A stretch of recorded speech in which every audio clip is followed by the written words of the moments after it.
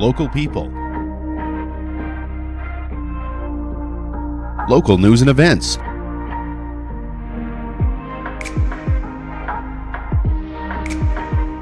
local sports, local matters.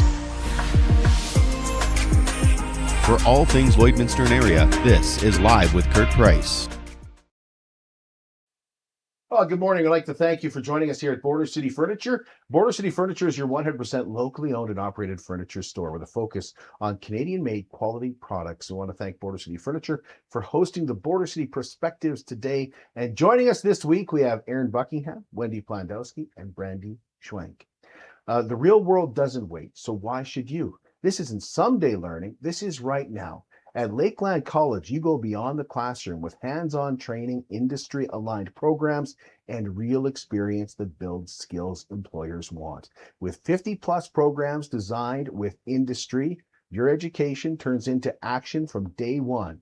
Don't wait to start your future. Launch your career now at Lakeland College. lakelandcollege.ca.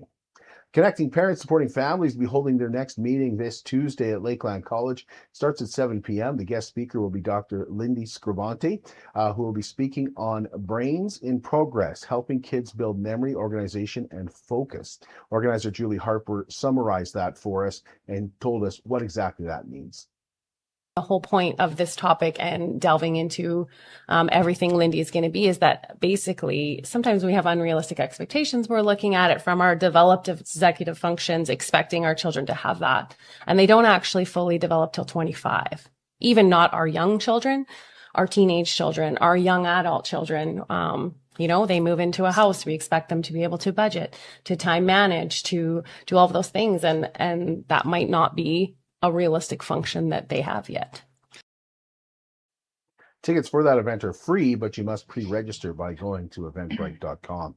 Lloydminster's Battle for Recovery is next Friday in the Crown Ballroom at Borderland Suites. Jay Bernard, who founded Empower to Recover, will be the MC, and guest speakers include Tyler Lorenz, Vera Coster, Brian Misto, and Betty Nippy Albright, the Shadow Minister for Mental Health and Addictions in Saskatchewan. Organizer Carrie Robb told us why she helped bring Empower to Recover and a celebrity chef and recovering addict Jay Bernard to Lloydminster. I think that every person that enters into some type of recovery, whether it be addiction, mental health, trauma, and any kind of health crisis that people are going through, there is some type of battle that goes on internally. And so when we have a place that we can gather together and share what's happening inside, there's more healing that can happen. Tickets for Empower to Recover are only $40. They also include lunch, and they are down to about 25 tickets remaining. It's time now for Live in Lloyd. Live in Lloyd is brought to you by the Vic Juba Community Theatre and Maine Cinema 6. Looking for something fun to do in Lloydminster? You've come to the right place. This is Live in Lloyd with Tanis Hines, bringing you the latest from Vic Juba Community Theatre. And you can be a part of the show and get involved behind the scenes. We're looking for friendly volunteers to be ushers and help with artist merchandise sales. No experiences needed. You'll meet new people, support the arts, and experience the excitement from behind the scenes, even at select shows at Synova's Energy Hub. Sign up at vicjubatheatre.ca/volunteer. Here's just a few of our upcoming shows at the theatre. First up, the Morgan Wallen Tribute, all the way from the UK, on April 18th, and tickets are just $45. All the hits, the sound, and the energy of country music's biggest star. Next, Bangs, Bobs, and Banter, Confessions of a Hairstylist, presented by Lloydminster Regional Theatre Foundation, on April 29th with a VIP reception. Regular tickets are $29 with VIP tickets at $49. An award-winning comedy and fun night out in support of local theatre. And a quick heads up, there are just a few handful of VIP tickets left. Then we have the Bellamy Brothers 50th Anniversary Tour on May 20th. Tickets are $75. Celebrate 5 decades of hits with country music legends known for classics like Let Your Love Flow. Next, Bango Entertainment presents Hotel California, the Eagles Tribute, On June 19th, hear the legendary hits of the Eagles performed live in this internationally touring tribute show. Tickets for all shows are available online at vicjubatheater.ca or through the Vicjuba box office. Box office hours are Monday to Friday, 11 to 2, plus 1 hour prior to every performance. We look forward to seeing you at the theater. Your next great night out in Lloydminster is waiting at Vicjuba Community Theater. And arriving in May Cinema 6 is Project Hail Mary. Based on the novel of the same name, this is a must-see in the theater movie. Science teacher Ryland Grace wakes up on a spaceship with no recollection of who he is or how he got there. As his memory slowly returns, he soon discovers he must solve the riddle behind a mysterious substance that's causing the sun to die out. As details of the mission unravel, he calls on his scientific training and sheer ingenuity, but he may not have to do it alone. This is the first movie directed by Phil Lord and Chris Miller since 22 Jump Street and stars Ryan Gosling. Also playing at May Cinema 6 this weekend, Hoppers, Ready or Not 2, Here I Come, Reminders of Him, Scream 7, and their Saturday and Sunday matinees of Goat. And a heads up, May Cinema 6 has full matinees over Easter and spring break coming up starting April 3rd. For tickets and showtimes to all upcoming movies, including Project Hail Mary, go to maytheaters.com. Live in Lloyd is brought to you by the Vicjuba Community Theater and May Cinema 6. Get your nominations in today for Cupcakes for Caregivers. We're always looking for nominations and for caregivers who deserve to be rewarded. If you know someone that you think should be recognized, don't wait. Email livewithkurtprice@gmail.com. Just tell us about that special caregiver or that group of caregivers. Cupcakes for Caregivers is brought to you by Lloydminster Sobeys and Umbrella Marketing and Design. It's just a great way to say thank you to those who are so often overlooked. At Wellings of Lloydminster 55 plus community, life doesn't slow down here, it simply gets easier. Live carefree with no schedules, no pressure, just the freedom to live life at your own pace. Discover more about Care Freedom Living exclusively at Wellings. Stop by for their open house in the brand new clubhouse Saturday, April 18th from 1 to 3. Wellings of Lloydminster, 3211 72nd Avenue, and connect at wellingsoflloydminster.com for more. We'll take a break and be right back here at Border City Furniture with the Border City PROspectives. Border City Furniture, where their service and quality speaks for itself. At Jason Arden and Associates Cooperators, we're proud to be a top-rated local insurance company that offers flexible solutions and expert advice for all your insurance and investment needs. We'll work with you to tailor your insurance specific to your needs, and we offer investment advice that always puts you first. At Cooperators, one of our core values is to give back to the communities that we live in. Thanks to the support of our clients in Lloydminster and area, in 2023, Jason Arden and Associates has donated $40,000 to local nonprofits, charities, students, athletes, and other special events. How does your insurance company support our community? At Lloydminster and District Co-op, membership matters more. Because being part of a co-op means you're connected to something bigger than yourself. From long-held legacy by those who built our communities, to people you call family, friends, and neighbors. When you're a Lloyd Co-op member, you're an owner in a local business that prides itself on purpose alongside profit. You earn cash back, you help support causes that matter most, and you're building a better way of life for the next generation. Membership matters more.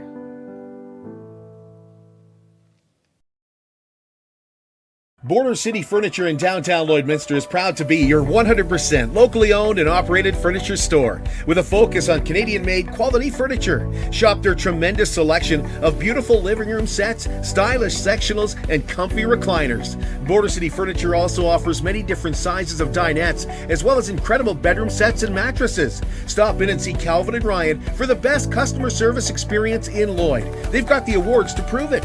Border City Furniture in downtown Lloydminster, where the sale never ends. Your favorite locally owned pop-up sale is back. Bin Blitz Border City returns March 26th to 29th at the Dick Jones Pavilion. 4 days of unbelievable deals. Thursday, everything is $25. Friday, $15. Saturday, $5. Sunday, just $2. Thousands of items restocked daily, and you can see exactly what you're buying. Bring your friends, bring your tote bags, and get ready to dig. March 26th to 29, Bin Blitz Border City. BioClean Disaster Services is committed, certified, reliable, and will help you get your life back. When any kind of fire, flood, any kind of disaster hits, big or small, call the local restoration company, BioClean Disaster Services. You see their name on the swimming pool, and I have seen them sponsor and help out so many different organizations. That's why I refer to BioClean Disaster Services as your local restoration company. But in 10 years, they've also become Lloydminster's largest restoration company.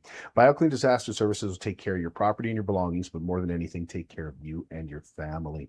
1-833-246-8326, BioClean Disaster Services. Thanks for joining us here today for the Border City PROspectives at Border City Furniture, winners of multiple Downtown Business of the Year awards. Our guests this morning are Aaron Buckingham, Wendy Plandowski, and Brandy Schwenk is here as well. And of course, with the Border City PROspectives, we just love to talk about the best parts of Lloydminster. And we have some people here who have organized events in Lloydminster. Wendy is someone who has been Miss Lloydminster. So That's a thing. It was a thing. Years ago, Brandy. That's awesome. So long ago. Okay, that sounds like a great place to start. Tell us about gosh. tell us about growing up in this area and becoming Miss Lloydminster. Okay. Because of us, like Brandy, you didn't grow up here, did you? I moved here when I was 14, 14, so okay. let's not Okay. do math. It's been a very long time. That's pretty much growing up here. Yeah. I would say. Yeah. Well, okay, this is, yeah. So I was going to Lakeland College, and there was an agency out of Lethbridge that had taken on all of the local Miss Canada productions. So there were 3 incredible young women who had been Miss Lloydminster before I ran. And it seemed like, honestly, a really great way to go to Toronto for 10 days. I mean, growing up, we didn't travel a lot. And so the year before me was actually a neighbor from Marwayne, Gail Johnson. And so she was Miss Lloydminster. I've always looked up to Gail, and I thought if Gail can do it, so can I. So there was I think about 15 of us that ran for Miss Lloydminster. And so this was 1991. Oh, I had just moved here. I was 18, and so from Lloydminster you went on to the Miss Canada pageant, which was the last year it was televised.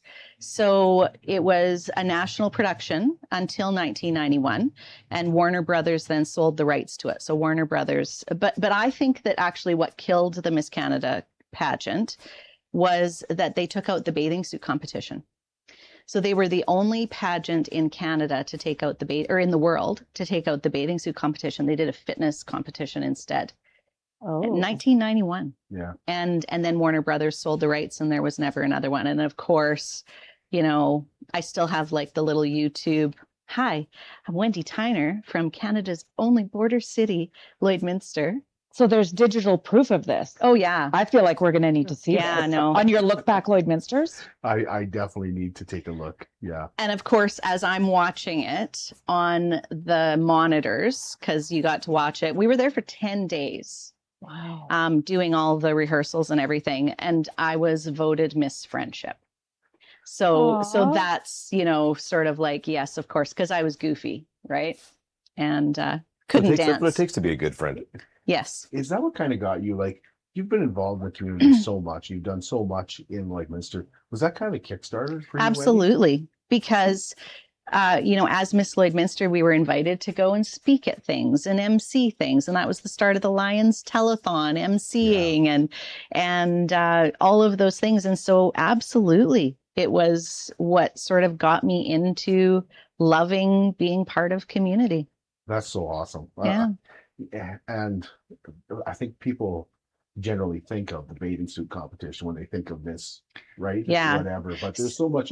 I went to school with Miss Edmonton, and we were like, oh my goodness, like Miss Edmonton's in our class. She's like, oh, shut up. All I had to do was read some stuff. Yeah. You know what I mean? Like, she was like, oh, relax. And the young lady that won Miss Canada that year was from Penticton area, and she was also going to the U of A. And so we were the 2 U of A people at the time, because I had already transferred to the U of A by then. And so we traveled out together, and we became very good friends, and are still friends on Facebook and stuff. The ironic thing was during the fitness competition. So I think there's 42 girls from across Canada. Wow. I am not really a fitness expert. never have been. So 3 of us were standing at the back of this fitness competition. It was an aerobic thing. Paula Abdul shoes and outfit.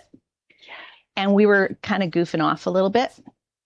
And it was at the Canadian Fitness Institute in Toronto. And then these 3 fairly good looking guys came out from this room and stood at the front and gave out the awards and stuff. And they go, oh, by the way, Lloyd, Moncton, and I think it was Prince Albert or something, I can't remember. The window at the back, or the mirror at the back, was actually a 2-way window. So we were looking directly at you the entire time. So we were putting on a comedy show basically while the rest of the room was competing for the fitness competition. That's fantastic. Yeah. Which probably led me to be Miss Friendship, because I was not taking it super seriously. Today you'd have a lawsuit. Yeah. You'd have, yeah. So Brandy, you said you moved here when you were 14. What brought your family to Lloyd? I was one of the upgrader kids, upgrader babies, we called ourselves. Yeah, my stepdad got a job there and we moved from Whitecourt, Alberta. And yeah, I hated it as a child. Like, moving at 14 is rough. Difficult age to move. Yeah. All your friends. I was getting out and never coming back, and went away, did 2 years of college and came back, and here I am 30 odd years later. That's all. So that would have been around 1991. It was 91. Yeah. So when you graduated in 91? I graduated from Marwayne in 89. In 89, okay. Went to Lakeland for 2 years. Okay. Yeah. So when I'm growing up in Landis, Saskatchewan, we're out playing broom ball, and the teacher stops us one day to tell us where all this heavy equipment is going to Lloydminster on the train to build the upgrader, and what the upgrader is going to be in Lloydminster. And it brought you to Lloydminster. That's so awesome. So when I moved to Lloydminster, it was super busy in 1991. It was crazy. My first job in Lloyd was Bonanza. We were lined up to the door. Bonanza, that was a great place. Yeah, they opened the doors. They call it the cattle chute, and it was lined up to the door. So you go to Lloyd Comp? Yes. Yeah, I did like part of grade 9 at Bishop Lloyd, and then moved to the comp for the last 3. And what is it that brought you back to Lloyd after you moved away? Like you said, you went away. I didn't really try to get a job, and I knew I could get an apartment here and work, because my stepdad was at the upgrader. So as children of the people that worked there, you could work summer jobs there. So I came back after college, worked my summer, and then just decided, well, it's probably easier to get a job here than in Red Deer, where I was going to school. And I, had a place I could live here. So I just got a job. And where was your first, what did you do? RJR Noise. I was doing the car rentals. I did that for a couple of years. It was an interesting place to work. That's I'll awesome. probably leave it there. Okay. Now, Aaron, I think I know what brought you to Lloyd. Yeah. Similar to what brought me to Lloyd eventually as well. I call my 30 years here the Gilligan's Island, because I kind of came here on a 3-hour tour and never left for much. Right. I came here on a radio practicum in 1997 to work at CKSA when it was still 1080 AM radio. With the boot logo. Yeah, with the boot logo. I still have the coat and all of that. So we got to, it was great. I was here for, I think it was was it the 35th anniversary of Tortels and everybody owning the station back at that time. And Tammy Hunter and Walking After Midnight, we had a huge 35th anniversary party at the exhibition grounds during my practicum here. In 1997. January. I was on practicum until spring of 97. So that's what got me here. I did not get hired by the great folks at CKSA when I was done my practicum, although there were job openings at the time. So I ended up taking a job at Sears in the mall, and working at a place called the Silver Spur Saloon also, which was the #1 place in town at the time, because we had like Class A bands 7 or 6 nights a week there. So that's when things were really moving here. But I did take 2 other jobs in radio in Brandon that opened for a very short stint, so short that I never started. And then did the morning show in Rosetown and Kindersley with what I call my claim to fame. Was a guy named RJ Bradley, who was my co-host on the morning show. We call Clippers games and that kind of stuff. And he's RJ Broadhead that you see on Sportsnet today. So him and I worked together in Rosetown, Saskatchewan. But there was just something about Lloyd that brought me back. and I had met my future wife at the time. And, you know, I always think about families. So as we were getting older, not old at the time, you know, things were going to happen. Her parents are 2 hours away. My parents are just over 2 hours away. And thinking long term, it was like, radio's not where it's at for me. So I want to be big in this industry. I'm going to have to move to a major center. And as things progress and whatever, I'd like to be closer to family. So we stayed here and just dove right into the community from the get-go. So where did you go to school for radio? I call it Don Scott's Drive-Through Academy of Learning, because it was WABC. We started in the fall and you're done in the spring. So yeah, but there's been some great people come through there. Darren Petition, you know, people like that have all come through that school. So it's still going today. But it was, if you're familiar with Saskatoon at the time, it was on 20th Street and Avenue F.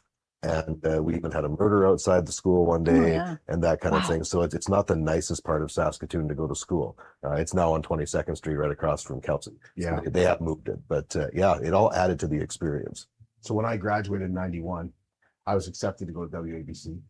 And then we went to see the school. So I applied. And then they had an open house and we went. And I will never forget the look on my mom's face when we got out in front of the school and she went, "This is a school? There is a prostitute right there." Like it was the alphabet streets. And you couldn't convince her to let you go there. Well, I actually, my dad was okay with it. He was like, "Yeah, we're going to do this." But you know what scared me was exactly that. Was exactly when Don Scott addressed us and said, like, if you don't want to eat macaroni and cheese for the first 3 years of your career, you probably don't want to do this. And I was like, man, do I want to eat macaroni and cheese for the first, like, am I going to make it? And he lays everything out bluntly. He's like, you know, like, yeah, you'll get a job, but you know, there's only a select few that are going to actually make it. And then you're going to start in somewhere like, he pointed out Rosetown. You start somewhere like Rosetown, and to make extra money, you'll probably call some bingos. Was there a picture of Aaron in his speech? Yeah, exactly. Well, you probably would have went there after that. Right? Yeah, I did. Yeah. Like, so, but it's true. I remember starting out, and I moved in Lloyd in '97. There was 0 vacancy rate for apartments or anything. Right. So there was a gentleman leaving the radio station, and I moved in with a guy that worked at the station that I didn't even know, because there was no place else to live. Yeah. Wow. And then a guy that some of you will remember, Chad Cunningham, moved in with me in my apartment because that guy moved to Toronto's Dan Grant, who ended up doing some pretty good voice work and things like that across the country. And then Chad moved in with me and he bought a house and I moved in with him. Living in that apartment, we used to buy 99-cent cans of Campbell's cheese soup. And we'd use that to dip our chips in because we couldn't afford like Philly dip or anything like that, right? So that's the kind of thing you were doing at the time. Yeah. Right? So when I started at CKSA, it was still the boot. Yeah. It was 1999. But I didn't get any clothing because Neil Bergen was the program director. And he actually told me, we're changing our logo very shortly, so you won't be getting anything anytime soon. I've got the boot jersey because we had the CKSA Crash hockey team. We used to go out and play charity hockey games for fundraisers all over the place. I've got a jean jacket with the CKSA boot sitting right there. I still have, and most of it still fits. Worn it. Yeah. You know, like for me, Aaron, when I hear that stuff, I get so kind of down about where radio has gone. Yeah. You know, because imagine that you had enough people working at Broadcast Center to have a hockey team. Yeah. Like to travel around and do that kind of stuff. Yeah, we had everything from announcers to producers to, you know, of course with the radio station and the TV side, we had news anchors and weather people and, you know, Josh Clausen and myself and Michael Higgins and everybody played on that team, right? And you had enough people to do it. Yeah, everybody wanted to. Yeah, and that's what you did. You were in radio. You were the voice, not the face of the community, because there wasn't social media and stuff like that. So it's way more anonymous. Yeah, back then. So you were kind of like folklore going out to a place like Big Island First Nation. We played a game out there, and all these people wanted autographs and all this stuff because they knew your voice, but they didn't know your face, right? And we had Wes Saunders as our celebrity guest bench boss for those games, and so yeah, it was a lot of fun. But yeah, you couldn't do it now with any radio station. There's not enough people. They've narrowed it down to such a small group of people. You can't do what you used to do. Yeah, we had what we called the Midwest Media All-Stars, and we drew on the entire area. Yeah. So Newcap at the time owned like I don't know, 7 different radio stations in this area, and then we still had to go to the newspaper and say, hey, Colin, because Colin Budd was at the newspaper, just an awesome guy. And I was like, Colin, you want to come play hockey? Yeah, he was there in a minute. you know, and it drew big in the communities, community. Right? Everybody wanted to come out and see it. And I still have and some great fundraisers for some really needy people. I'd still like to know, and I was too young and stupid to pay attention at the time. I'd still like to know who the girls were from the Kid Scotty Ringette team in 1997, because we went out and played those girls in a charity game on ice hockey. And they beat you. No. But let me just say they were very precise with their stick work, and it still hurts if I think about it. So I'd like to know who all was on that team, because it was unbelievable. Call out to Lloydminster, you'll find out real quick. So but that Pam will be calling in any minute. She'll know. Yeah, that was our most memorable CKSA crash hockey game, was playing the Ringette girls on a hockey ice in Kid Scotty. And what year was that? 97. 97. That's funny. So yeah, I just miss that. It gets me kind of, it probably does you too. It gets me kind of down to think of what it used to be. Yeah. And well, now Medicare's in there. So now Medicare is. But even you look when I worked for the GOAT for 17 or 18 years, when we started, we had a 3-person morning show. We had 2 producers. We had 2 people on the afternoon show. Yep. We had all these people, and we had a hockey team, and we did things out in the community, and you can't do that anymore. Yeah. There's 6 people, right? Yeah. Oh man, 3-person morning show. And you're right. Like in radio, they say if you want to go somewhere, if you want to succeed, you have to move up. You have to move up the ladder. You have to go to Edmonton. I never wanted that. Yeah. Like I never ever wanted to be in a larger center. I didn't like living in Edmonton when I was there. Well, I shouldn't say that. I met some really good people, but it just wasn't for me. The commutes and stuff like that. It just See, I remember thinking I was going to get lost in Lloydminster when I got here, because Lloydminster was so big. And there was like 14,000 people living here when I moved here. Okay, right? I couldn't find downtown, because in Whitecourt, uptown is up the hill and downtown is down the hill. So we moved here and everyone's like, let's go downtown. I'm like, where's downtown? How do you know where it is? Yeah. I had an aunt and uncle that lived out at Alcurve, and I was staying with them when I first got here. And I'm like, how am I going to find this address of this radio station? Like I grew up in a very, very, very small community in Saskatchewan. So Lloydminster was the big time. Yeah, Rabbit Lake. Rabbit Lake, yeah. Home of Skip Craik. Yeah. Believe it or not, Skip Craik was born in Rabbit Lake. Yeah. So Wendy, you've grown up here. Yeah. You've watched Lloydminster grow. What's the biggest change you think that you've seen in Lloydminster in your time? I was actually thinking a little bit about that question. And when you mentioned Shortels, so my mom, she's not going to care if I say born in 37. Her first job was at Shortels dress shop, which was just down the street. Okay, I learned something today, because I didn't even know Shortels had a dress shop. They had the only dress shop in town, and that was her job. And she was like a helper, seamstress, that kind of thing. And of course, they were a force, right? The family. And I think for me, what the change that's been so incredible, and when we talked about the upgrader, the people that the upgrader brought, we never would have had the college residence if it weren't for the upgrader, because of course it was used to house the construction workers. So if you think about where the college would be now, if we didn't have that residence, it would have taken a very long time for the college to be able to finance that residence if it hadn't been for the Ed Jensens and the Vic Jubas and the people like that at the time that had the foresight to say, we can partner the 2 organizations and build that residence. And so for me, I think what I appreciate the most is how we have some people who have been here forever rocking the Still in Lloydminster shirt.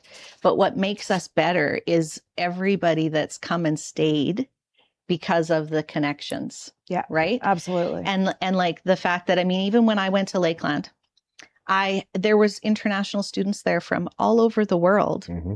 And those people have stayed, or they've come to work in the community. And that to me is, I think it's those connections that I absolutely love. We would be a pretty sad place if it were just the Still in Lloyd people.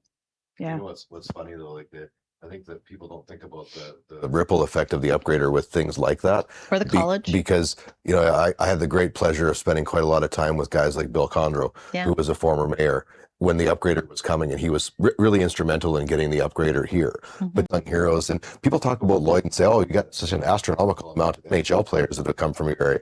Well, that's all well and good. What we have is NHL caliber advocates that have been in Lloydminster that don't look for the praise, don't look for the credit. Their stories aren't told. But when you dig into why something's where it is or how it happened or how something grew, you find the names of these people, and they were all community leaders forever. But they didn't want the publicity for it.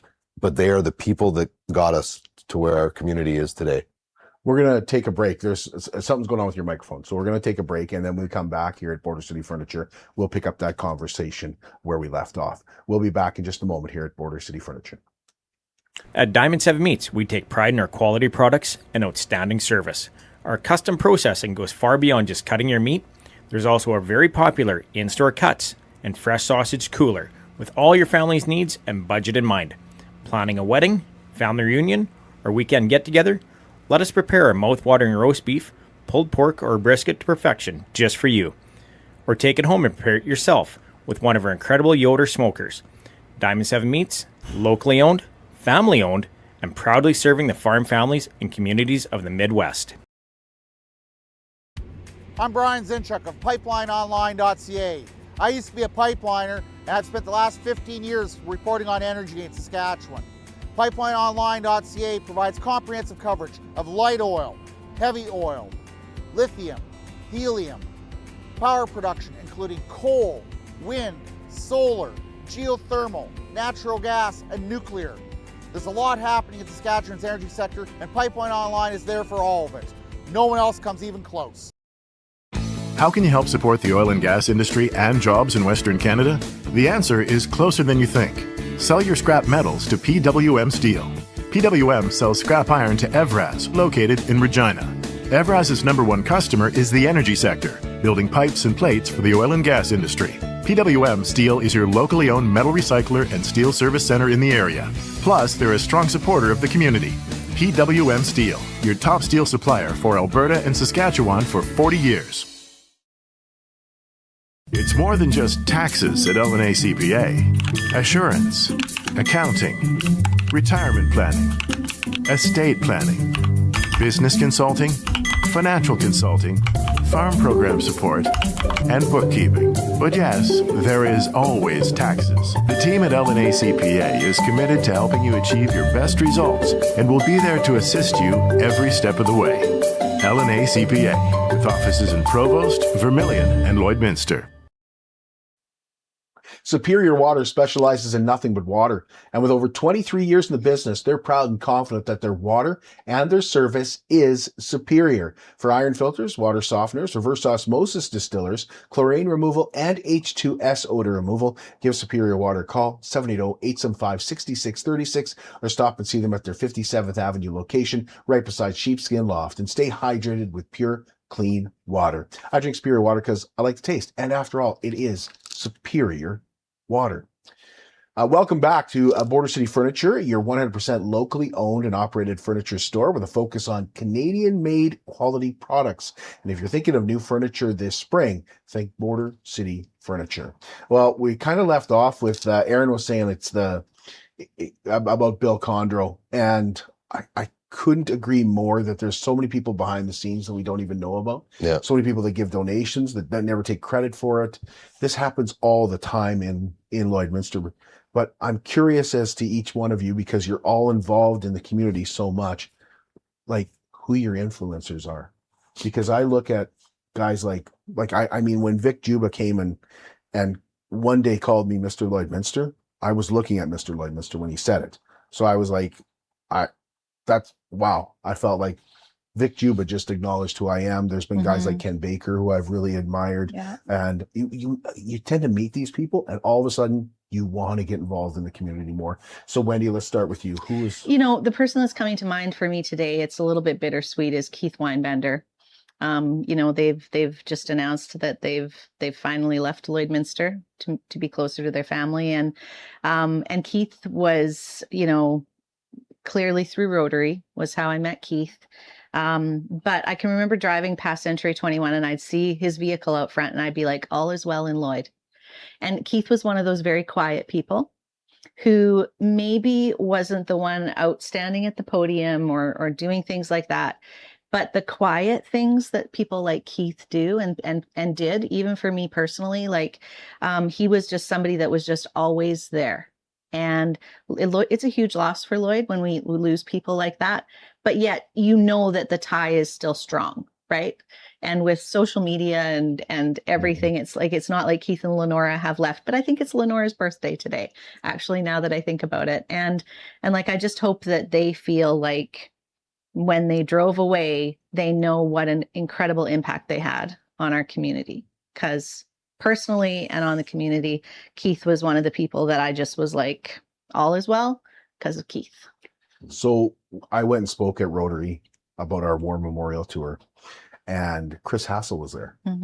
And I said, "Oh, Chris, have you joined Rotary?" And he said, "Well, I'm looking at it because Keith doesn't want his spot to be unfilled." Yeah. That's the kind of guy that Keith is that he would look at and go, "Well, if I'm going to leave, there needs to be somebody else pick up the slack 100%. and try to identify that person." Yeah. So wow. So Brandy, why do you do the things that you do with I Love Alberta Boobs and putting on this huge rock concert that you've got coming up? Who influences you? Well, honestly, it only started because I wanted to help out once I had kids at their schools. I didn't work outside the home, so I was able to do these things. And I really enjoyed the volunteering and being a part of the kids' lives. And they enjoyed it too, which was surprising. But yeah, just as I got more into the community, and then as we started our fundraising, the fundraising started just by chance. It was something we had to do for this walk we were doing. And then the walk got canceled. And I realized I'm actually really good at fundraising. Like, it's bizarre. Like, who's actually good at that, right? Like, it seemed like a weird skill to have. So we turned it into this concert. But like, who did I look up to? Honestly, I think Wendy was one of them. Oh. Like the Health Foundation, I just always they just did such great stuff for our community. And I'm like, I want to be known for helping that way too, right? Like, and yeah, you were a part of it. I mean, I think the partnership I have with them is because you and I had started talking about that. And it's just kind of evolved naturally. But all these names you guys keep bringing up, they were people I heard of. They're names that you did look up to in the community. And not that maybe they inspired me so much, but I don't know. It was just... Well, yeah. And it's appropriate that you focus on the rock part because you're a rock star. And I mean, as a breast cancer survivor, the things that you're doing for people that no one else is doing in the community, like the government puts a lot of restrictions. It's so frustrating that I can't just hand you money. You're you're making differences to people that really, really matter. And it's an incredible thing that you've done. Well, thank you. Tell us about what you got coming up. So Rock for a Cure, this is our 17th year. We've got 2 local bands, which I'm pumped for. So we've had Blox Buds open for another band we had out of Edmonton for a few years. They've opened. And honestly, people have been saying they need to play longer sets. And I finally said, okay, we've had our time with the Edmonton band. I mean, they were great for us. They were fantastic. Good friends of mine now, actually. But I approached Trent at last year's Rock for a Cure. I'm like, you guys have to headline next year. And I've seen Mel Coote has come out to our event multiple times. I'm like, Mel, I don't know why we haven't hired you yet, but we need one set Mel in here too. And that all started at last year's Rock for a Cure. So that's who we've got partying with us all night. It's going to be incredible. Like I'm probably more pumped about this than some of the bigger name bands we've ever had. Yeah. And I want to get back to that because we used to have lots of smaller bands opening and stuff. And I wanted to get back to more local roots. So, Do you still have tickets? We do. We're about 75% sold out, which it's last minute Lloyd. So we're not in panic phase yet. But yeah, probably only about 9 or 10 reserve tables left. And then maybe 50 single tickets. So it doesn't sound like a whole lot when you're putting it down, but we're doing the zombie prom this year. Yeah. I just went and bought my prom dress and I was shocked. I had to buy it. I had nothing saved over from all the years, but it's cute, but I'm going to zombie it up. So that's awesome. How do you get tickets? Tickets, probably the easiest way is just to go on our Facebook page or our I Love Alberta Boobs website. There is a link from this accounting program that we're using. It's been great. They just click on the link and you could buy the table of 8 or individual tickets. Okay. Yeah. Aaron, who influenced you? And I know there's a lot. Yeah. Probably some of the same people that have influenced you. You know, I think about it, and I got thrust into a position on the Chamber of Commerce Board of Directors by a boss at the time who said, I'd like to have our business represented there. And I remember feeling so overwhelmed sitting in this room as a pretty young guy at the time. And I looked around the room and I was like sick to my stomach. We had Bob Jack, we had Elmer Nikiforuk, we had Glenda Alco, we had all these people that were absolute leaders in the community, and this kid. Complete Hall of Famers. Yeah, and I was sitting there and I was just so overwhelmed by it, but they were all very welcoming. Mm-hmm. And through all those connections, I got to be really good friends with Wendy, and I got to be really good friends with Elmer Nikiforuk, who really took me under his wing at the time and really taught me more about community and this community, right? And then Glenn Fagnan, Wendy, and I called ourselves the Three Amigos, and we were always together doing things. And there's Glenn's mark on this community is immeasurable, both in things that he's done, but people that he's influenced and helped to grow this community. I could name so many people: Bill Condro, Bill Musgrave. All these guys took me under their wing when I was really young in business, before I was a chamber president and Rotary president and all the things that I've been able to do in the community. But it's those guys who inspired me to do it without a shadow of a doubt. How did you get hooked up with Border City Connects? So, was that Glenn? Yeah, it was definitely Glenn. So I had my consulting company, and Border City Connects wanted to use me to help grow their brand, because there's a lot of change at the time, being the Lloydminster Handyvan Society for so long, and Border City Connects was a more appropriate name for what Lloydminster Handyvan did, but there's a lot of disconnect in the community as to what Border City Connects was. It was still the Handyvan, but there's so many different things around it that they do. And so we were able to do some really good things. Wendy was a part of all that too. So, but yeah, that's how I got in there. Glenn had his vision for how he wanted things to go, and we tried to execute that vision. There was some confusion because there was another media company in town that was, I can't remember exactly what they were called, but they were Border City Connect. Connect, that's right. Yeah. And so there was some confusion. So that happened at the same time. So yeah, it was just unfortunate timing on that. But so the hockey game, how did it start? Well, this is going to be we're talking about the Play It Forward. Yeah, our Play It Forward hockey game's coming up April 17th, and it's become something that Border City Connects really relies on. We started off, we were trying to come up with some kind of different fundraising idea. So I simply thought, what does Lloydminster love? Lloydminster loves community and Lloydminster loves hockey. How do we put these two things together to come up with some kind of event? So we had a goal in the first one, because there was a TAPD grant, or Transportation for People with Disabilities grant, that paid for half of one of the big vans you see around town. And Border City Connects didn't really have the money to buy the other half. It's about $140,000 or $135,000. So they had half the money. So our goal was to raise enough money to pay for the other half. And we did that. And then next year, since we bought 2 minivans that do the medical trips. There's thousands of medical trips that go back and forth to Edmonton, North Battleford, Saskatoon, and people just do that by donation. It's not a charge the Border City Connects does. We were able to buy, the Play It Forward game didn't have a chance on this, but we bought the Paragolfer with Border City Connects, for people with disabilities can stand up and golf. You know, my dream for that still is to have a father, a handicapped father, or a father who can't walk his daughter down the aisle standing up with that machine. So if you know somebody that's in a wheelchair, a grandfather, a father that wants to walk their daughter down the aisle, someone that has to give a speech or something somewhere and doesn't want to be seated, we can get you that machine and get you standing up for that stuff. And that just kind of, makes the hair on my arm stand up. It's pretty cool. But yeah, the hockey game has turned into a real thing where we have 48 players, have to raise a minimum of $500 each to play in the game. And a lot of guys blow that away. We have players that raise $3,000, $4,000, $5,000, right? So that fundraiser has turned into a $70,000 a year fundraiser for Border City Connects. So, but we couldn't do it without the players. We've had people that have been there, played every single game. We have people that drop off due to commitments here and there and different things that happen. But right now, we're less than a month away. We're still short 10 players to get our 48 contingent. What I'd really love to see is more females in the game. We have a few, but a few is not enough. I've been trying to push that since we started this, because it's not just you put a Some team in Kit it. Scotty Ringette players. Yes. Yeah. From 1997. But they're on my team because I will not play against them. But yeah, so we need 10 more players to make this. That's 10 times $500. There's your fundraising that we're short right now at minimum, right? I have not And skated in so long, so it'll be don't great. even ask. I'm looking right And at it's you. at the Yeah.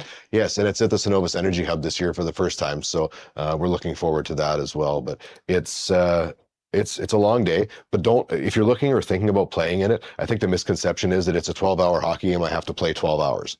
You don't. Right? So there's 12 hours of continuous hockey, but you're on for like 45-minute or 1 hour segments of it, and then you're off for an hour or two, and then you're back on. So you don't have to play the whole 12 hours. The only stipulation is that you have to raise a minimum of $500 to play in the game. So Which in this community is not hard to do. it isn't. Exactly. And so you can go to Border City Connect's website. There's a link there. It shows every player that's playing, and you can make your donation to every individual player to help them reach their goal of $500. So are you actually playing? I always have, and I will That's again. So awesome. yeah, my name's on the top of the list. Fortunate thing for me with an AA, when they do it alphabetically down the list. And Nice. my son is really cranky because I'm really proud that my son has taken a love of this game too, but you have to be 18 to play in it. So the first few years he was underage. This will be my son's third year playing in the game. And this he's year. a Zed, isn't And he? he's a Zed, so he's at the bottom of the donation list. So don't forget about my son at the bottom. But yeah, look for me at the top. But it's really turned into a really fun day, and the players are phenomenal. And you don't have to have a high caliber skill level. We take all players in this. I try and make the teams out based on how I know these people and make it so it's not a blowout one way or the other. But it's just a fun day, raising a lot of money for a great cause. Yeah, for crying out loud, they take Bill Caverly. Yeah. Anybody can play. Yeah, and then there you go, Brandy. Bill Caverly. Right. Yeah. And we live I'm stream still it. not doing it. Yeah, we live stream it, and we have a lot of great sponsors that have stepped up to sponsor different aspects of the game throughout the day. So that's really good. And then we have it play-by-played. And so you can actually live stream it, and we've always done the play-by-play on it. And so Kurt and Heather are doing our play-by-play for the game this that's year. awesome. So yeah, if you want to come down on April 17th from 9 to 9 at the Cenovus Energy Hub, if you're in Lloydminster, if you can't make it into Lloydminster and you want to donate, you can go to the website and you can live stream it and watch it. So I know we have quite a few great folks from Cenovus playing with us this year, and they've had a boardroom in Calgary where they've live streamed the game and watched it because they know all these guys that are playing from that's so Cenovus and fun. Lloyd. So yeah, it's turned into a real thing. I couldn't be prouder of how it is. And last year we had Glenn's wife and daughter drop the puck, and I know they're going to come back for this game this year as well. So Is that what you're most proud of? Like, you've done a lot of things in Lloyd. Is the hockey game, does it stand out as, I don't know. I've never really thought about it. I think your impact with the goat's wish, The Christmas Wish was Wish a is huge one.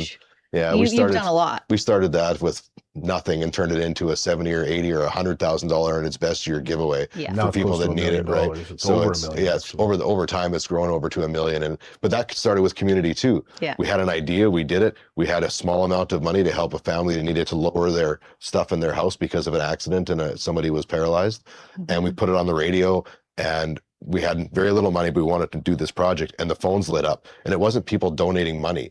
It was the plumber that said, we'll come do that for nothing. It was the contractor that said, well, we're in, we'll do it. And that's Lloydminster, right? That's the community. I don't know if there's a single thing that I'm most proud of. The success of others is where I find my success. That's what makes me the most proud. And the success of the community and the success of other people. And if I can mentor some other people like people did for me and keep that momentum going through that, that would be the most proud I could possibly be. If people looked at me and went, yeah, we want to do more of that stuff, that would be the proud thing. And obviously for you, Wendy, it's being Miss Lloydminster. Next time we're together, I gotta talk to Todd, because I know Wendy will never give it to me, but I know there's a photo album somewhere. I'm going out, we're gonna get it, and we're going to get it on the show. Yeah, sure. I'll send you all the link. But you should be very proud of that. I am. Yeah, for sure. You really should be. You know what?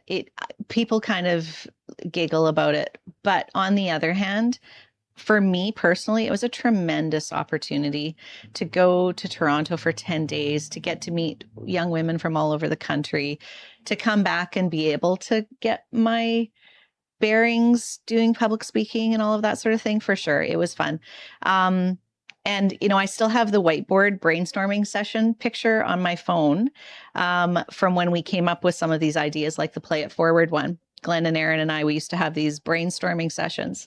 And the one van had burnt down, remember? Yeah, there's a big thing. The van burnt the F down. And and then we have all these, like, do a hockey tournament, rib fest, all these things. They all came true. Yeah. Yeah. Is there something that you're like really proud of when you think about Lloydminster? Hey, I had my hand in that. I helped with that. I think for me personally right now, there's maybe two things. I'm really proud that we were able to expand the college to the Bill Condra wing. There was a very, very real threat when the community rallied around the Bill Condra wing that we were going to become Nate East. And we would have never got that expansion. And if we hadn't got that expansion at the college, we never would have been able to fulfill the university transfer requirements. And we never would have had all these incredible sports teams. Like, I feel a sense of pride when I see like the Rustlers teams and knowing the kids that have come to Lloydminster and stayed. So there's that. But I think I had no idea that was a thing. That it was. Oh, we were this close to becoming Nate East at one point. And it was just the work of some really hardworking people that we were able to basically hold off that threat from the government's consolidating post-secondaries and go ahead with that wing. And if we hadn't got that wing, I don't know. Lloydminster would look incredibly different. Yes, it would. But I think for me personally, probably Project Sunrise. The impact that bringing mental health into the Health Foundation. And, we have Daryl Howell to thank for that and some incredible board members at the time, Glennis Reeves Gibbs, some people that were just passionate about making sure that mental health was no longer a stigma in our community, and getting that Project Sunrise Fund, just the people that were behind that, Richard Klinger. That's for me something that I'm really proud that I was at the Health Foundation at the time, that we said mental health is health. We're going to support that. 17 years, Brandy, of doing Rock for a Cure. Has there been one thing that stands out to you the most about one particular family, or? And I know you said it's getting harder and harder to distribute the money. Well, we've had to tweak how we do it, and the Health Foundation's been great in helping us navigate that. What we were doing before was just handing people a check. Here you go. Sorry you're suffering. And, they had to fill out applications because, we had to find people who were suffering or fighting these. We were looking breast cancer mostly then. So we had to read these applications, and honestly, a lot of people didn't know about it. So we weren't getting that many, but there was a couple times where we had 5 or 6 applications and only enough money to give out 3 in a quarter. So we were reading these stories of people and their suffering. And again, growing up here now, as long as I have, a lot of these names ring a bell, or I grew up with, or all this stuff. And I had to pick and choose. And I don't love that. I take on a lot of emotion already. So I try to distance myself from some of that emotion if I can. But once we realized that what we were doing was not allowed by the government, then we had to tweak it. And now we give comfort care packages, which have gift cards for community businesses. Like the co-op helps us out with gift cards. Shoppers Drug Mart has been helping us here in Lloyd on the West End. So now we can still help people, because the biggest need we found was that people couldn't afford gas to go to their appointments. They couldn't afford to eat. Alberta Healthcare, Saskatchewan Healthcare doesn't cover your parking pass, because you have to pay at these hospitals in the cities to go there. I had to pay to watch my friend die in hospital in Calgary. Yeah. She was our co-founder. It was eye-opening. So that's what we want to do, right? We want to fill those gaps as best we can. This year, our goal for Rock for a Cure, we're usually around that 25,000, 30,000 mark. We would really love to see 70,000, because the uptick they've had, they told us they're expecting about 20 a month 20 new patients at the Lloydminster chemo department. That's roughly averaging 200 a year. So right now we can only afford to fund 80 to 100 packages. So yeah, I mean, what we're doing is helping lots of people. We just want to help more.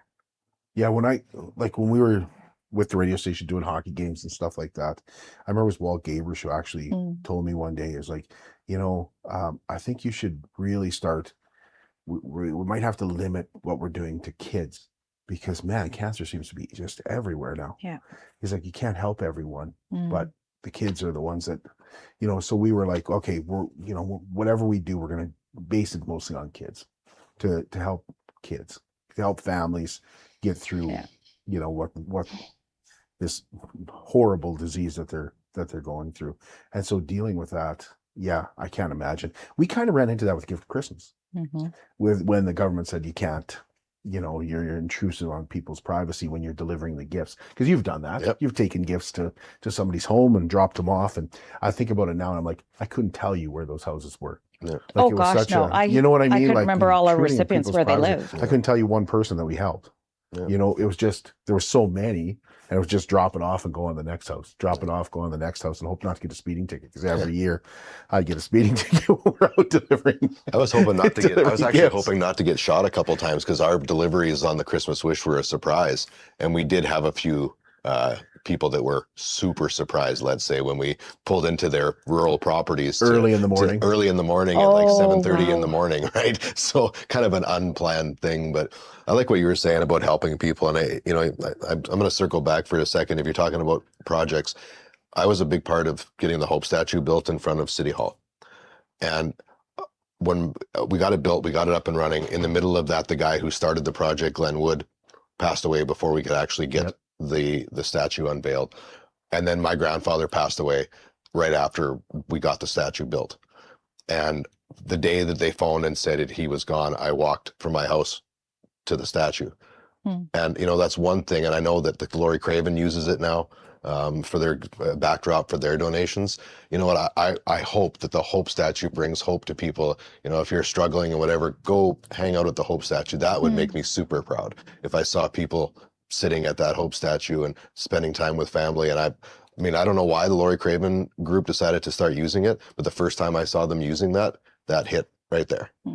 Well, we just had the Geeks on the Peak, and one of their inspirations was to be near the Hope statue. They wanted to be able to see the Hope statue. That's because they want to go look at it right after this. Yeah. And our look back this week, you mentioned look back, is actually Joe Bellier standing in front of the Hope statue, reminiscing about policing in the 70s. Yeah, well, I've got some pictures that I've been meaning to, and they asked me for them to take to the Lloydminster archives, because I've got pictures of that statue in clay before it was bronze, because we were there when they were building it and stuff. It was super cool.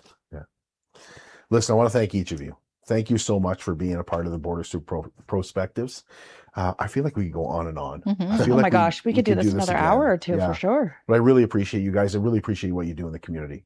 Like, I hope you know that you make a difference in the community. And to you. And it's a wonderful place to live because of people like you guys. So thank you. Thank you, Kurt. We'll be back with you on Tuesday. I believe we're at the Canadian Brew House for another sports show, a timely show with lots going on in the playoffs. Aaron was telling me I didn't make it out last night, but the Bandits came back from down 4-1 to win 7-6. They were down 4-1, then 6-5, and came back and won 7-6 last night to take game 2, and game 3 is Friday night. So it'll be a sports show when we talk to you again on Tuesday at 5.